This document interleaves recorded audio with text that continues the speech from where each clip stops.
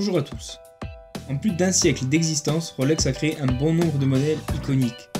Mais dans cette vidéo, nous ne parlerons pas d'un modèle en particulier, plutôt de la firme elle-même, avec 7 choses à savoir sur Rolex. Numéro 1. Les matières premières. La manufacture a sa propre fonderie d'or et de platine. Elle conçoit de l'or, puis le transforme en or jaune, blanc ou everrose. La marque conçoit et fabrique en interne la totalité des composants essentiels de ses montres. De la fonte des alliages d'or à l'assemblage des éléments du mouvement, du boîtier, du cadran et du bracelet en passant par l'usinage et la finition. D'ailleurs, toutes les Rolex sont assemblées à la main. Numéro 2. Le prix des Rolex. Avant les années 80, les prix des montres Rolex étaient très abordables. Mais au début de cette décennie, la société américaine et de nombreuses sociétés européennes ont vu l'émergence d'une nouvelle classe sociale, les Yuppies. Ces générations de jeunes riches désirant d'afficher leur statut social ont entraîné de nouveaux modes de consommation et poussé de nombreuses marques à adapter leurs produits et leurs prix. Très demandeurs de Rolex, les Yuppies ont poussé la manufacture à adapter sa stratégie. C'est ainsi que la maison suisse a commencé à se montrer très agressive sur le plan marketing, à employer les meilleurs matériaux qui soient pour ses montres et, par conséquent, à augmenter ses prix. Une Rolex qui coûtait 900 $ au début des années 80 en valait plus de 2000 dans les années 90. Numéro 3. Se dépasser et innover. Rolex n'a jamais cessé d'innover et de se dépasser à tous les niveaux.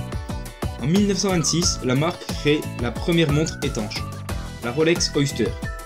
En 1945, la Datejust devient la première montre à remontage automatique, capable d'afficher la date dans un guichet. En 1947, Rolex franchit le mur du son grâce au pilote Chuck Yeager. D'ailleurs, la firme produira une édition limitée de GMT Master en son nom. En 1960, en envoyant une de ses montres au Challenger Deep, la marque genevoise bat un nouveau record, car c'est le point le plus profond jamais mesuré dans les océans, presque 11 km sous le niveau de la mer. En 1967, Rolex pose un brevet pour une valve d'échappement à hélium, et en 1985, la marque devient la première manufacture horlogère à employer l'acier 904L. On peut citer aussi les couronnes Twin Lock et Triple Lock, permettant une meilleure étanchéité, le Paraflex qui permet au calibre d'absorber les chocs, et l'Everrose, un or spécialement conçu dans la fonderie Rolex. Numéro 4. Une entreprise née à Londres. Si Rolex est indéniablement un des leaders de l'horlogerie suisse, son histoire a commencé en Angleterre. Fondée à Londres en 1905 par Hans Wilsdorf, un jeune immigrant allemand, et son beau-frère anglais Alfred Davis, au commencement, la société importait des composants suisses qu'elle montait dans des boîtiers anglais. Quelques années plus tard, les deux associés décident d'ouvrir un atelier en Suisse, pour cause d'un meilleur savoir-faire horloger. En 1919, en raison des différentes taxes et impôts, Hans Wilsdorf et Alex Davis quittent définitivement l'Angleterre pour s'installer seulement en Suisse. Numéro 5. L'origine du nom Rolex. Ce nom ne veut tout simplement rien dire. Hans Wilsdorf souhaitait que ses montres portent un nom court et simple à prononcer dans toutes les langues. J'ai essayé de combiner les lettres de l'alphabet de toutes les manières possibles, disait-il. En sont ressortis quelques centaines de noms, mais aucun d'eux ne me satisfaisait vraiment. Un matin, alors que je me trouvais sur le pont supérieur d'un omnibus à chevaux cheminant le long de Cheapside, à Londres, un génie a chuchoté Rolex à mon oreille. C'est ainsi que la marque Rolex est déposée à Londres en 1908. Numéro 6. La première montre étanche.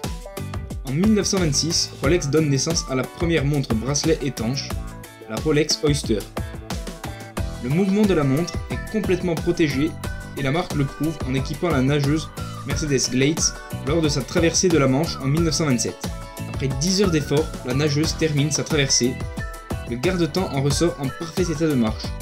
C'est à partir de ce moment que Rolex est devenue une marque de premier plan. Numéro 7. Les fausses Rolex. D'après la Fédération de l'industrie horlogère suisse, la production de contrefaçons serait plus importante que la production de véritables montres de luxe. Il se vendrait près de 7 millions de fausses Rolex dans le monde chaque année, contre une production de près d'1 million de vraies montres Rolex. Voilà, la vidéo touche à sa fin, j'espère qu'elle vous aura plu. Si c'est le cas, n'hésitez pas à liker et à vous abonner à ma chaîne pour retrouver toutes mes vidéos. Quant à moi, je vous dis à bientôt.